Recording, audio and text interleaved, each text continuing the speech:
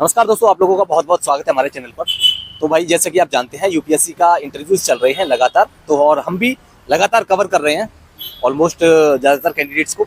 Sir अभी अपना interview देकर के आए हैं, तो इस वीडियो में सर का एक्सपीरियंस जानेंगे कि इंटरव्यू का एक्सपीरियंस कैसा रहा, उनकी स्ट्रेटजी वगैरह कैसी थी, सवाल किस तरह के पूछे जा रहे हैं और बोर्ड कौन सा था। सर सबसे पहले आपका बहुत बहुत स्वागत है हमारे चैनल पर। Thank you so much. जी सर, अपना पहले नाम बता दीजिए। मैं आदित्य पांडे। ओके, कहाँ से आए हैं सर आप? मैं छत्तीसगढ़ से। अच्छा, छत्तीसगढ़ से आए हैं। ठीक है सर, इंटरव्यू बोर्ड कौन सा था आपका? बीबी स्पेंसर का था। ओके, एंड इसके अलावा आप मुझे मीडियम अपना और ये आपका अटेम्प्ट कौन सा है और इंटरव्यू कौन सा, वो बता दीजिए। मेरा इंग्लिश मीडियम है और मेरा अटेम्प्ट आखिरी है, छठवां अटेम्प्ट है और मैंने ये दूसरी बार इंटरव्यू दिया है। ओके सर, तो मैं अब आऊँगा आपके थोड़ा सा इंटरव्यू पर कि जब आप इंटरव्यू पैनल के सामने पहुंचे तो कैसा फील कर रहे थे उस टाइम? थोड़ा नर्वस था और एक्साइटेड भी था। पर मतलब ये मौका रोज रोज नहीं आता है। Exactly. तो मैं एक्साइटेड भी था, तो नर्वसनेस तो बनती है। हाँ, और सर मुझे आप अपना ऑप्शनल बता दीजिए। मेरा optional political science and international relation. ESIR। Okay sir, मैं उससे भी थोड़ा सा जानने की कोशिश करूंगा, लेकिन पहले मैं जानूंगा कि आपका इंटरव्यू जब शुरू होता है किस सवाल से शुरुआत होती है इंटरव्यू की? मैंने कॉलेज में अपने स्ट्रीट प्लेइंग किया है जी। तो वहाँ से क्वेश्चन स्टार्ट हुआ था ओके कि स्ट्रीट प्लेइंग में आज के लोग वेटरन्स जो है वो क्यों नहीं आ रहे हैं। तो मैंने उसको हैंडल किया कि स्पॉन्सरशिप नहीं आ रहा है, various other things, various other factors.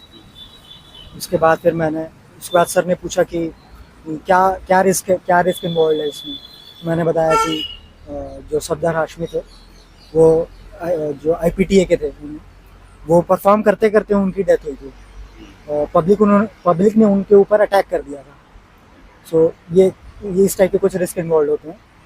और पूछा कि फिर आपने जब परफॉर्म किया था स्ट्रीट प्ले तो आपके में अटैक हुआ था कि नहीं। तो मैंने जोकिंगली कह दिया कि फॉर्चुनेटली नो सर। तो ऐसा टाइप सा हुआ था। इसके अलावा इंटरव्यू ज्यादातर कहाँ से, किस पोर्शन से ज्यादा सवाल रहे? टैप से, करंट अफेयर से, ऑप्शनल से, हॉबीज से, कहाँ से ज्यादा रहे? मिक्स्ड थे। अच्छा। स्टार्ट स्ट्रीट प्ले से हुआ, उसके बाद फिर करंट अफेयर्स में चला गया। उन्होंने पूछा डेटा जो एक्ट आया है अभी, डेटा प्रोटेक्शन एक्ट, उसके बेसिस पे पूछे, उसके सेलिएंट फीचर पूछे और डिजिटल अरेस्ट के बारे में पूछा कि क्या चल रहा है, कैसे चल रहा है, कैसे उसको सॉल्व करना है, ऐसा। और उसके बाद जो थर्ड मेंबर है उन्होंने पूछा कि उन्होंने फिर से स्ट्रीट प्लेइंग का पूछा उन्होंने कि इस बार हबीब तनवीर के बारे में पूछा उन्होंने। तो वो छत्तीसगढ़ से बिलोंग करते हैं, तो फिर उनका काफ़ी ज़्यादा कंट्रीब्यूशन रहा, तो उसके हिसाब से उन्होंने पूछा। उसके बाद जो उन्होंने पूछा कि मैं माइनिंग इंजीनियर हूँ, उसके बाद फिर मैंने पॉलिटिकल साइंस में क्यों शिफ्ट किया, तो मैंने अपने रीजंस दिए क्या क्या हैं। उसके बाद फिर जो थर्ड मेंबर हैं उन्होंने मेरे से छत्तीसगढ़ के बारे में पूछा कि नक्सल स्टेटस क्या है वहाँ पे। उसके बाद फिर उन्होंने पूछा कि नक्सलिज्म वहाँ पे बढ़ रहा है या घट रहा है। उसके बाद सर ने भी पूछा कि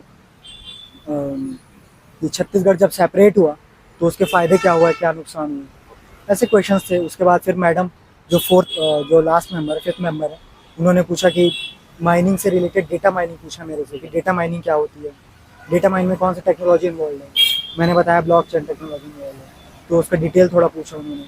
उसके बाद फिर वो पेटीएम क्राइसिस हुआ था लास्ट ईयर, तो उसके कॉन्टेक्स्ट से मैडम ने पूछा कि क्यों हुआ था, क्या करना चाहिए। अच्छा, तो लास्ट एक साल तक के आपको करंट अफेयर पूछ लिया गया है? अब जैसे पेटीएम क्राइसिस आप बता रहे हैं, करंट अफेयर तो अब तुम गिनोगे तो फिर तो क्रिप्टो करेंसी तक चला जाएगा बात। क्रिप्टो मैडम ने पूछ ही लिया, तो उन्होंने क्रिप्टो तो ऐसा सवाल है ना, उसको तो हम करंट नहीं कह सकते, वो तो लगातार रहता ही है न्यूज़ में। हाँ भाई। ओके सर, ठीक है। आपने सर और इंटरव्यू के बारे में तो किस तरह के सवाल थे सारा कुछ बता ही दिया। जो लोग इंटरव्यू दे रहे हैं वो इन सवालों से अपना एक अंदाजा लगा सकते हैं, है ना। अच्छा सर, इसके अलावा मैं थोड़ा सा और आऊँगा आपके ऑप्शनल पर। तो ऑप्शनल से कोई सवाल था आपका PSIR से? मुझे लगता है IR का वही मिक्स करके पूछ लिया होगा। IR रिलेटेड क्वेश्चंस तो कम ही थे, शायद था ही नहीं। अभी तो याद नहीं आ रहा, देखो सोचूंगा तब पता चलेगा। ओके, ठीक है सर। मैं प्रीलिम्स की थोड़ी स्ट्रेटजी जानना चाहूँगा आपकी, क्योंकि आपका एक लंबा अच्छा खासा एक्सपीरियंस है आपको 6 अटेम्प्ट का। तो प्रीलिम्स की क्या स्ट्रेटजी होनी चाहिए एक कैंडिडेट को जो इतना लंबा टाइम ना खींच करके अपना 1-2 साल में निकाल करके पार बोले? मतलब आपको क्या लगता है कि आपकी कहाँ कहाँ गलतियां नहीं थी, वो सब चीजें? शुरू के अटेम्प्ट्स में तो मैंने PYQ पे फोकस नहीं किया था, जो कि सबसे बड़ा ब्लंडर था। स्टूडेंट्स जो भी सुन रहे हैं उनको PYQ पे एक्सेस फोकस करना चाहिए, क्योंकि क्वेश्चन समटाइम्स रिपीट भी हो जाते हैं, थीम्स तो रिपीट होते ही होते हैं। और टेस्ट सीरीज पे आपको कई लोग का स्ट्रैटेजी रहता है कि टेस्ट सीरीज ही लगा रहे हैं, रिवाइज नहीं कर रहे हैं। मैं उसके थोड़ा अगेंस्ट हूँ, पर्सनल ओपिनियन है। ओके। किसी को काम करता है, किसी को नहीं जी जी करता। जी बिल्कुल। तो मेरे केस में तो मैंने बैलेंस करके रखा था। मैंने रिवीजन पे बहुत ज़्यादा फोकस किया।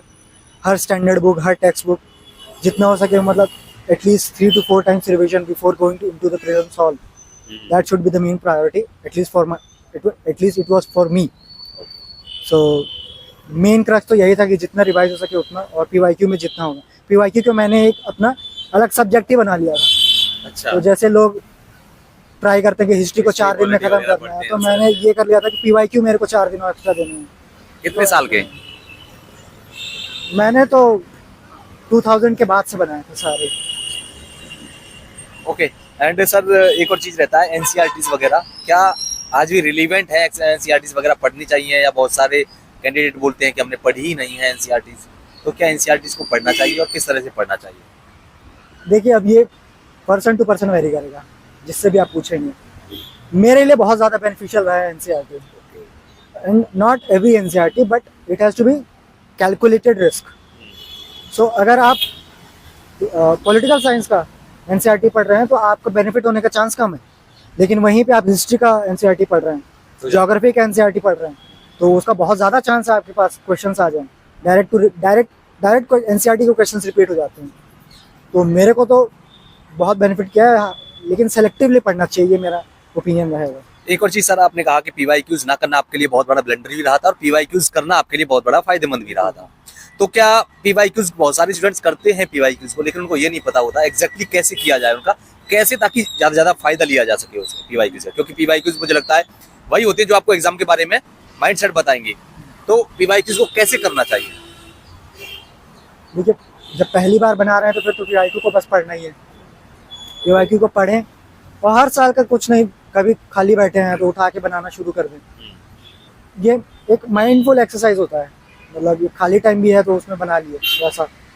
और मैंने क्या किया था, मैंने 2000 के बाद से जितने भी प्रीलिम्स के पेपर हुए हैं, मैंने सारे क्वेश्चंस पढ़े थे। सारे क्वेश्चंस का थीम नोट डाउन किया था कि कौन से थीम से आ रहे हैं। सारे क्वेश्चंस के ऑप्शंस देखे थे कि किस थीम से ऑप्शन बनाए जा रहे हैं, और फिर उन ऑप्शंस को मैंने इंटरनेट सर्च किया था कि अगर उस ऑप्शन के बारे में भी मेरे को कभी कुछ एक्स्ट्रा इन्फॉर्मेशन मिल सकता है तो बेनिफिशियल रहेगा मेरा। कभी कभी यूपीएससी क्या करता है, गलत ऑप्शन से अपने अगले साल के क्वेश्चंस बनाता है, तो वो भी मेरा कवर हो जाता है। तो हर साल जब से मैंने पीवाईक्यू किया है, एटलीस्ट 3 to 4 क्वेश्चंस जो कि लोगों को लगते हैं कि ये बाउंसर क्वेश्चंस है, वो मेरे पढ़े क्वेश्चंस रहते थे। क्योंकि मैंने पीवाईक्यू बनाया है, क्योंकि मैंने लास्ट ईयर पीवाईक्यू बनाया है, और गलत ऑप्शंस को भी मैंने पढ़ा है, तो वो मेरे लिए प्रेडिक्टेबल क्वेश्चंस हो जाते थे, जो बाकियों के लिए blunder, out of the box questions रहते हैं।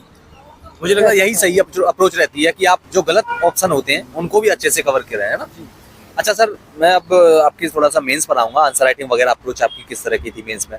किस तरह से आंसर लिखते थे आप? और एक फ्रेशर को कब से आंसर राइटिंग कर देनी चाहिए?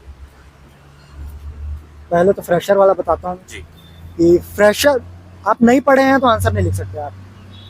आपको एक sufficient amount of question syllabus complete करना है सारे सब्जेक्ट के, तब आप जाके आंसर राइटिंग स्टार्ट कर सकते हैं, ऐसा मेरा मानना है।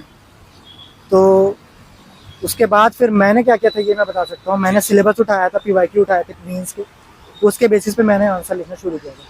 टॉपर्स कॉपी एनालिसिस कीजिए, ये सब तब जब आपका सफिशिएंट सिलेबस हो चुका है ना। शुरू से करेंगे तो ये वेस्टफुल एक्सरसाइज है, लेकिन जब आपको समझ आने लगा है कि किस टाइप के क्वेश्चंस आ रहे हैं, कौन से थीम पे क्वेश्चंस आ रहे हैं, कौन से क्वेश्चंस एक आध बार रिपीट हुए हैं, और कौन से क्वेश्चंस डायरेक्ट सिलेबस से आ रहे हैं, कौन से करंट अफेयर्स से आ रहे हैं, तो अगर आप इस चीज़ों को ध्यान रखते हुए जब पीवाईक्यू के आंसर्स लिखेंगे तो आपको बेनिफिट करेगा। पॉइंट फॉर्मेट में लिखना चाहिए या फिर पैराग्राफ फॉर्मेट में सवाल? ये क्वेश्चन पे डिपेंड करेगा आपको, मैं ऐसे जनरलाइज्ड आंसर नहीं दे सकता। अगर कोई क्वेश्चन है जो आउट ऑफ द बॉक्स है, जो आपको पता ही नहीं है, पहली बार सुन रहे हो, आपके पास कंटेंट कम है उसके, तो आपको you should go for the paragraph wise. पर कोई क्वेश्चन है जिसमें आपको काफ़ी इनफ नॉलेज है, तो you should go for the point wise, because आपके पास इनफ नॉलेज है, आपको ज़्यादा से ज़्यादा पॉइंट रेप्लिकेट करना है वहाँ पे, तो you should go for the point. Okay sir, आपका ऑप्शनल पीएसआईआर है। पहले मैं आपके पीएसआईआर की बुक लिस्ट वगैरह, रिसोर्सेज वगैरह आप पूछना चाहूँगा कि क्या रिसोर्सेज आपने फॉलो किए थे पीएसआईआर के लिए? मैंने मेनली शुगर मैम पे रिलाई किया था, उसके बाद ऐड ऑन किया था। मैंने मास्टर्स भी किया है पॉलिटिकल साइंस में, तो मैंने अपने मास्टर्स के नोट्स भी डाले थे उस पर नोट्स पे। उसके बाद फिर मैंने इग्नू के नोट्स भी इंक्लूड किए थे। तो मेरा जर्नी मेरी लंबी हुई है, तो मेरे को एग्जैक्ट सोर्स भी नहीं पता कि मैंने कहाँ से किया है, क्योंकि मेरे को ये पता है कि मैंने जो फाउंडेशन था वो मेरे शुगरमैन के नोट्स थे। आपने कहा इग्नू के नोट्स, इग्नू की जो बुक मिलती है वो वगैरह आपने फॉलो करी थी PSIR के लिए, तो क्या वो फायदेमंद रही? लोग जो आ रहे हैं जो PSIR ऑप्शन रखना चाहते हैं वो इग्नू के नोट्स पढ़ सकते हैं? प्रेफर तो कर ही सकते हैं, लेकिन ये ध्यान रखना पड़ेगा आपको कि जहाँ पे नोट्स की कमी हो वही पढ़ें। अच्छा, ऐसा ना हो कि एक ही चीज, एक ही टॉपिक आप 4-5 सोर्स से पढ़ रहे हैं, वो तो आपके लिए फिर नेगेटिव में चला जाएगा, ओके ओके है ना। ओके। क्योंकि अगर मान के चलिए आपके पास फेडरलिज्म में नोट्स हैं, तो फिर आप मत पढ़िए, क्यों इग्नू पढ़ेंगे। लेकिन वहीं पे आपके पास जैसे अर्थशास्त्र पे नोट्स मिल जाते हैं, लेकिन जो इंडियन पॉलिटिकल थॉट है, बुद्धिज्म है, वो टॉपिक पे नोट्स जल्दी नहीं मिलते हैं। तो अगर आप वहाँ पे आप इग्नू को उठाएं तो वहाँ आपको बेनिफिट मिलेगा। ओके सर, लास्ट में क्या कहना चाहेंगे स्टूडेंट्स के लिए? क्या आपका मैसेज रहेगा, क्या एडवाइस रहेगी उनके लिए? भाई देखो, कट थ्रोट कॉम्पिटिशन है, आप टाइम वेस्ट नहीं कर सकते, आपको पढ़ना ही पड़ेगा, हार्ड वर्क करना ही पड़ेगा। उसका कोई smart work can never be A alternative for the hard work करोगे तभी स्मार्ट वर्क होता है। Okay sir, thank you so much, all the best, बहुत बहुत शुभकामनाएं।